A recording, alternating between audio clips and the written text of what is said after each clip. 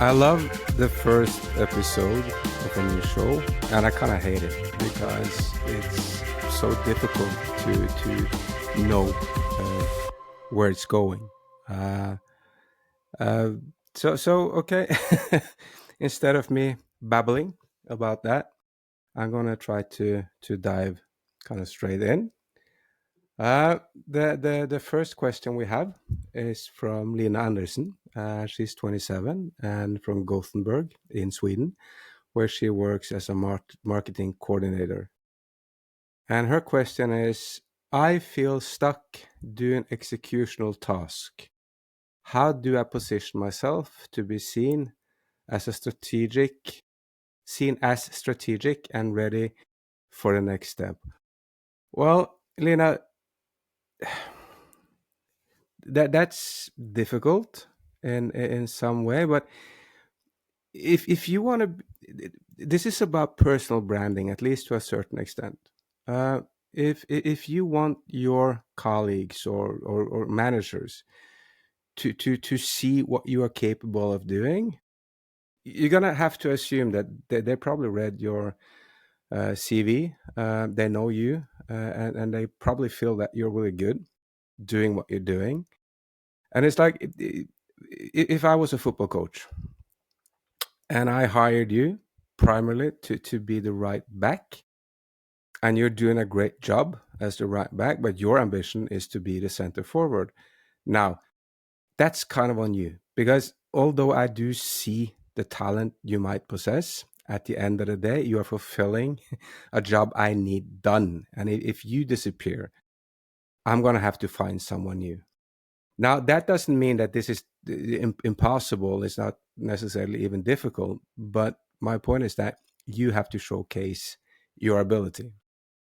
Now, if you want to work in strategy, uh, I suggest that you sit down with your manager and talk to them about your ambitions, because if they are good managers, at the end of the day, they want talents to stay. Now, if they see you as a talent, they're going to want to hang on to you in the business. And from a teaching point of view, which is where I come from, I would say that the first thing we do when someone new comes in, obviously, I'm going to believe you have the talent you need. And the first thing I'm going to try to teach you is what you need to get the job done, the job I need you to do. After that, I'm going to try to help you become really good at it, specialize in all the processes that you need to do. But if I'm a good manager, I'm going to have an idea that I want to keep you as your professional career develops. So I'm going to sit down with you and ask you what kind of specializations, where do you want to go? Where do you see yourself in 5, 6, 7 years? You need to have that conversation with your managers. You need to explain to them that you have further ambitions within the subjects you're already working on, but you need to explain to them that, okay, this is where I want to go with my career. And then maybe, if they are good managers, you're going to have a great conversation about it, and you can sit down, okay, this is where I want to go. And if they are good, they'll have some idea of which possibilities they have today in the company, and maybe which possibilities they foresee in the next 2, 3, 4, 5, 6, 7 years in the company. And together you can start, I don't know, develop some kind of educational program to make sure that you can have a clear path, a runway to where you want to go. So the easy answer is that to position yourself for a more strategic role, you have to take the initiative. But you don't have to start sending them emails or newsletters, or try to be subtle about it. Don't be subtle. Say, I want to develop, and this is the way I do want to develop. Furthermore, you have, I can see you have written a little more. You say that, how do I politely push back on tasks that don't help me grow?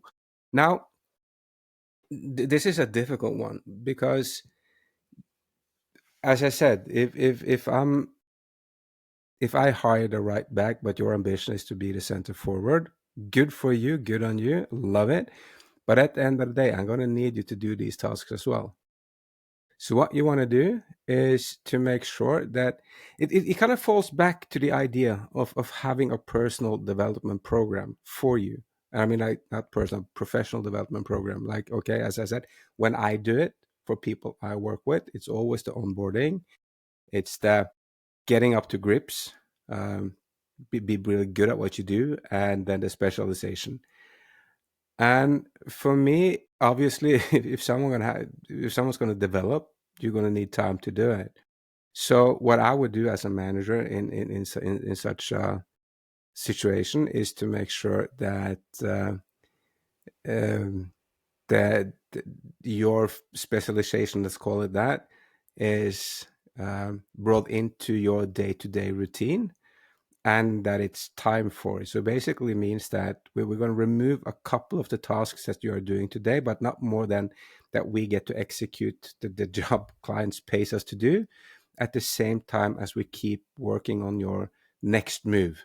Um, next move. So in short, everything kind of falls back on you. And that might seem like peculiar advice, but at the end of the day, it's like if you want better health, if you want to run more, if you want to be a better golfer, if you want to be a better professional, it's up to you. You need to initiate it. On the other hand, if this is a really good company, they probably going to have some sort of educational program. Look into it, see what it is, and that's worst case. You have to do it on your spare time, but still, that's how we develop. There is no, we can't ask. We should anticipate. We should expect that our employers want us to be all we can be, but it's not that simple. If they don't have an educational program, that's on us. We chose to work there. Yeah.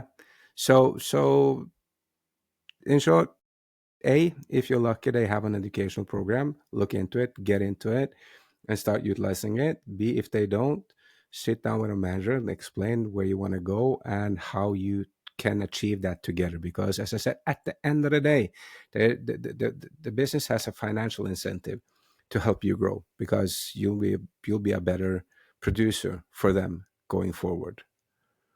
Finally, I see that you are asking if it's too early to ask for a mentor and how do I go about finding one?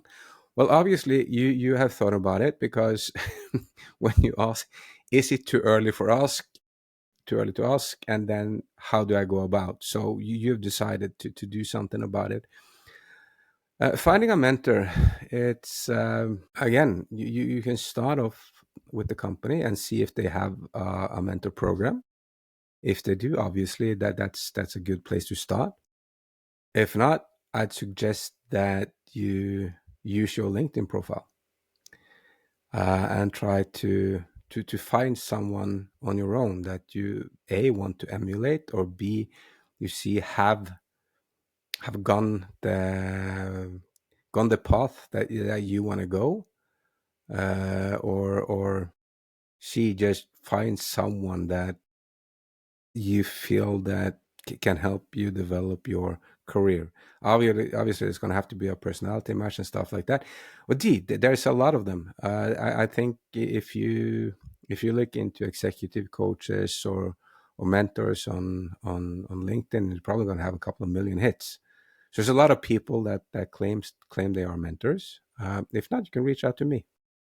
So so for that, so thank you, Linda Anderson. I do hope this was at least to some extent sound advice. So we have David Thompson. He's 35 years old and he's from Manchester in UK, and he's a sales manager in tech. Um, I went from being a top seller to managing people. How do I avoid avoid becoming a micromanager? Well, I'd say that that depends a lot of your personality and your need to control the whole process. It depends on the capacity in the team you have. Your personality is the difficult one, because if you are a micromanager by nature, it's going to be difficult to do something about it. But since you ask, I'd say if you want to avoid becoming a micromanager, you're going to make sure you have to make sure that the team you manage are good.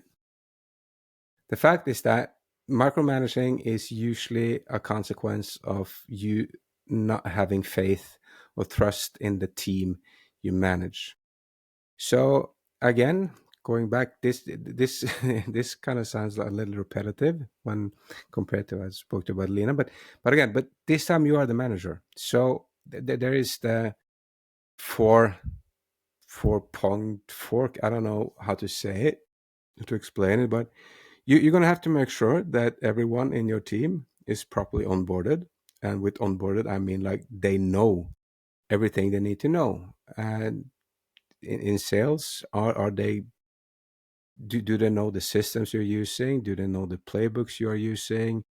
Do they know the how you prospect? Do you, also all these things, are they good at it? Have you have you made sure that all of those things are in place? Because if they are, you can move on to the next part. The next part is to make sure that they get better at what they're doing. Now, you're not saying what kind of sale you're doing, but if it's telephone, well, work on your telephone skills. If it's using email, networking, challenging, whatever it is, you're going to have to, break down the processes that your team are going through when you're working sales and work on them. And you have to do that individually. It's like back to the footballing team. The goalkeeper has a certain set of skills and tasks and needs to train accordingly. Likewise, for the attacking players, they have a certain set of skills and need to train accordingly. So what you're going to have to do is to sit down individually with everyone in your team and make sure that they are familiar and knows all the things that's important, the business culture, your the set of value in the business, your products, so that all these things are in place. Number two, that they are really good at the processes they need to be good at. And if they're not, you're going to have to, you can start helping them and get them better, or B, you have to engage the rest of the company. Maybe it's an HR department, something. Um, when If you want them to stay and to make sure they are motivated, you should probably add a C moment here as well, and that's for them to specialize, to become better at something. Because in my experience, most people have some sort of ambition, and if you as their manager can A, help them, be familiarized with your company, B, be really good at what they do, and C, help them become a further asset for the company. It's in your interest, it's in the company's interest, and it's in your colleagues or employees' interest. And furthermore, if you know that everyone knows what they have to do and you know they're really good at it, you don't really have to micromanage it. So the easiest way to avoid micromanaging is to make sure your team is good. And then you go on, David, and write that my team is remote. What are your best tips for creating team culture and accountability? Now that's difficult. In a remote team, to make sure that everyone feels part of the same organization, and shares the same values. You might even work in different markets. It becomes really, really difficult. It's like we always say that learning is um, is a three-step process in a business. First and foremost, you have what we call informal learning. Informal learning is not is it's all the things that's not written down. It's what you learn by observing. Company culture is one of them. The second one is what you learn because it's written down, and it is like manuals and instructions and stuff like that. And the third one is how to become good. So obviously, you don't really have access to the informal learning. I'd say that as a minimum, you have to kind of sit down and see what is the company values, because this is where that comes from. Values, goals, all these things. Where do the company want to go? What kind of goals do they have? How do they plan to achieve them? Because when you do that, you get to uh, it can be broken down to something that hopefully your colleagues will connect with. It's like, okay, we want to be the best service provider in the UK, in, I don't know, tech services. Uh, and in that process, we want to emulate IBM and we want to emulate Microsoft. Now, these are tangible goals. And when you have tangible goals, you can break them down to individual goals. How do each of your team benefit for the whole organization to reach these goals? Because what you're going to need to do to create culture is to make sure that the individual goals in the group are aligned with the organizational goals on the top. If each individ in your team sees how they benefit from the overall goals, they're going to feel connected to it. Now, that's kind of the main thing. You need to identify how your team connects with the overall plans and overall goals. Because if you can find that connection, you know what their motivation for being part of your organization is. And that's how you start to create culture. It's like in football, you win together. If the team's goal is to win the Champions League, your individual goal can obviously be to win the Champions League as well, but it can also be to be famous. It can be to make a lot of money. It can be to have a nice car. You see? So if the major company, if that their goal is to emulate Microsoft, well, the team goals can be to have a Ferrari, or 2 weeks in Mauritius, or have a new house. You have to break down the overall goals to individual goals and use that to motivate each team member and to make sure that they see the benefit of them reaching the goals together. Back to the footballing team. They're not going to win a game on their own. They'll win when they play together.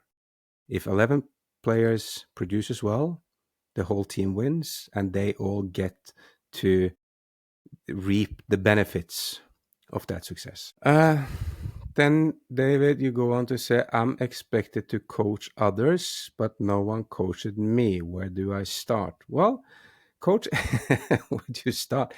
I'm going to assume in management theory, in leadership theory, one usually says that the most important thing for a leader in these kind of themes is to be good at what you do, because that will command respect in the group. So I'm going to assume that you are a good salesperson and you are chosen because of that. Now, obviously, just by pure talent, you can probably help your team. But I'd go back a little bit, and I'd try to make, as I said, I'm really into thinking of team as the sum of individuals. So I'd sit down with every member first and try to dissect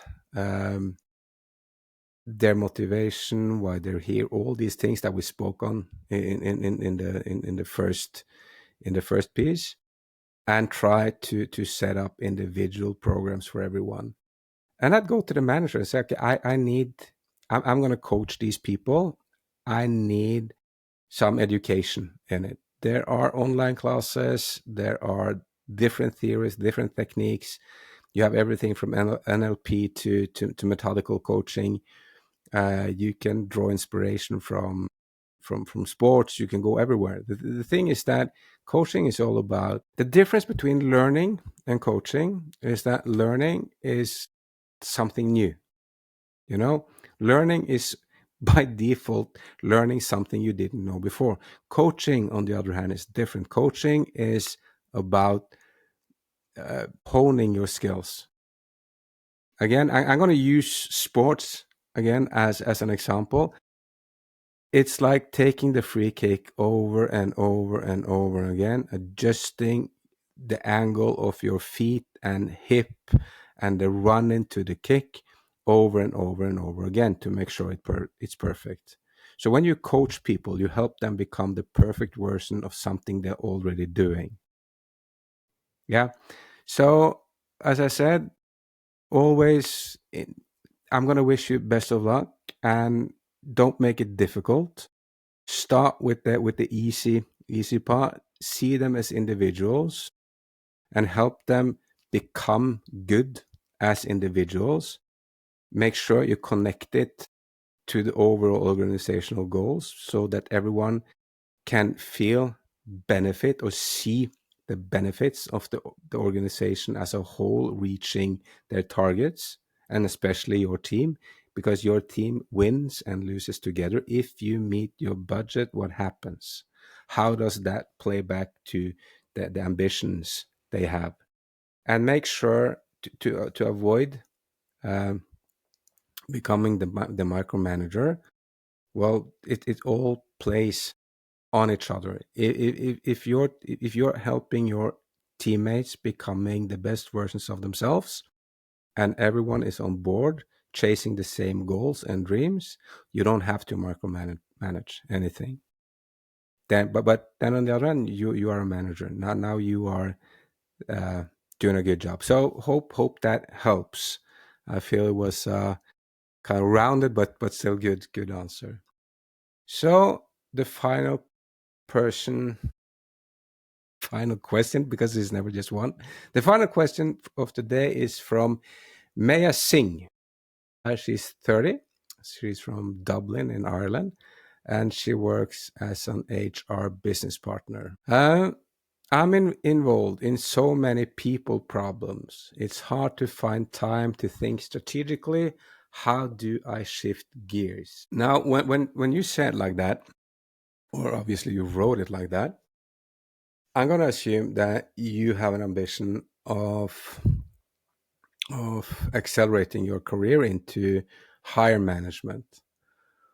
And this kind of reminds me of the problems that Lena had in the first question. You feel that you are overwhelmed with the tasks you're doing today and find it difficult to think forward and see a route where you are climbing the company ladder.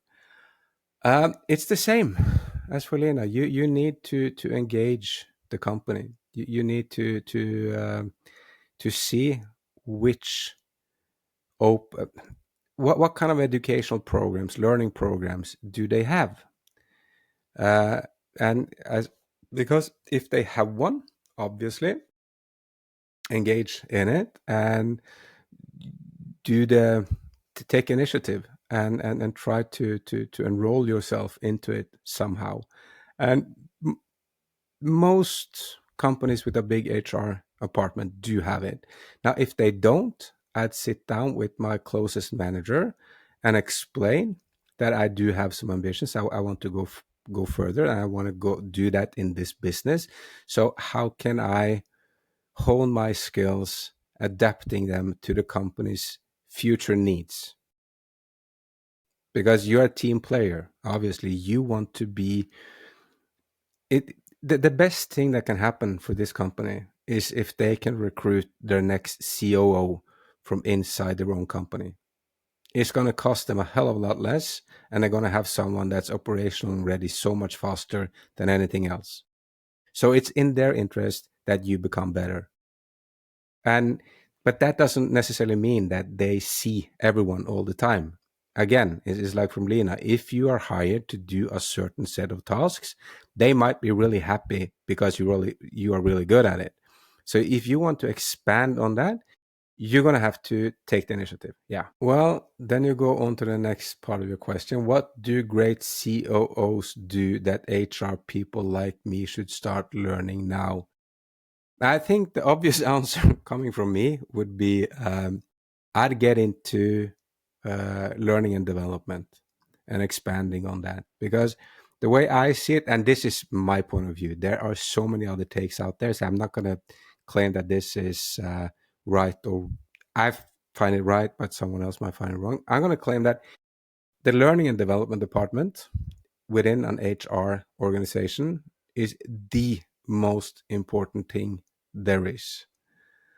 Uh, and I'm going to say why. Because if you are good at learning and development, you can always make sure that your team is as good as it's going to be. You know, every player inside your organization is going to be amazing. It's going to be fucking amazing if they are highly motivated and are learning and specializing all over the place.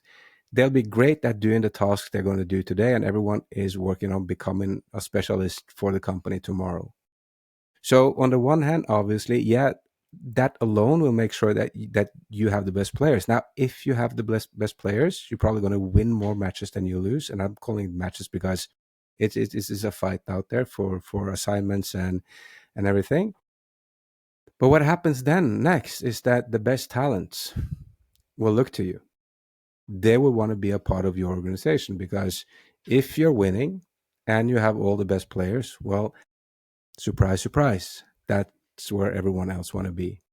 So if your ambition is to go out and become a CEO and you really want to, do something that's great for the organization as a whole, be great at learning and development. That's it. Okay, finally, is it possible to build influence without a title? If so, how? Of course, everything is possible. The thing is that what makes it difficult, I can start in that end. What makes it difficult is that when you have the certifications or the diplomas and masters and degrees from universities, well, first of all, the university just tells the world that you know what you are supposed to know, which makes it a lot easier for a company to hire you. Secondly, they can sit down and see what kind of university. There's a difference between Harvard and the University of Oslo. And no, nothing bad about the University of Oslo. I love it. But at the end of the day, if a company can choose someone with a master from Harvard, they're probably going to do that because the school is recognized for producing excellent students or excellent workers. Well, the thing is that this is kind of like that's the path that everyone can see. No one can accuse an HR manager or a CEO for choosing someone with a master's degree or PhD from Harvard. You did right. They did right, and it minimized the risks they took when they hired someone or went with that solution.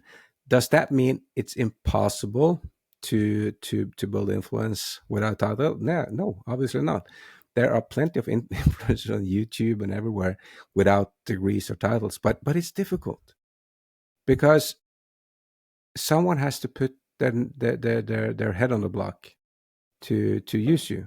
And fear is is is is a much more important factor in people's decision making than happiness. Let me put it like this: from nature's point of view, it's more important that you are afraid of wolves than that you're happy to find apples. Now, apples are great and they taste good, but wolves will kill you. So it's important. It's more important to recognize fear.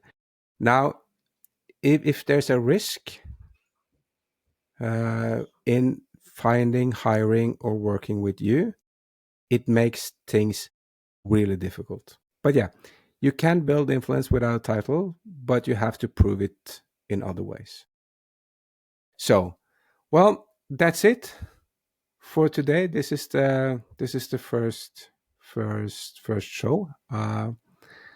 I think it was great questions, and thank you so much to Maya and David and Lena who shared with us. And yeah, this is going to be interesting going forward, seeing where this ends. So thank you so much for listening or watching, and have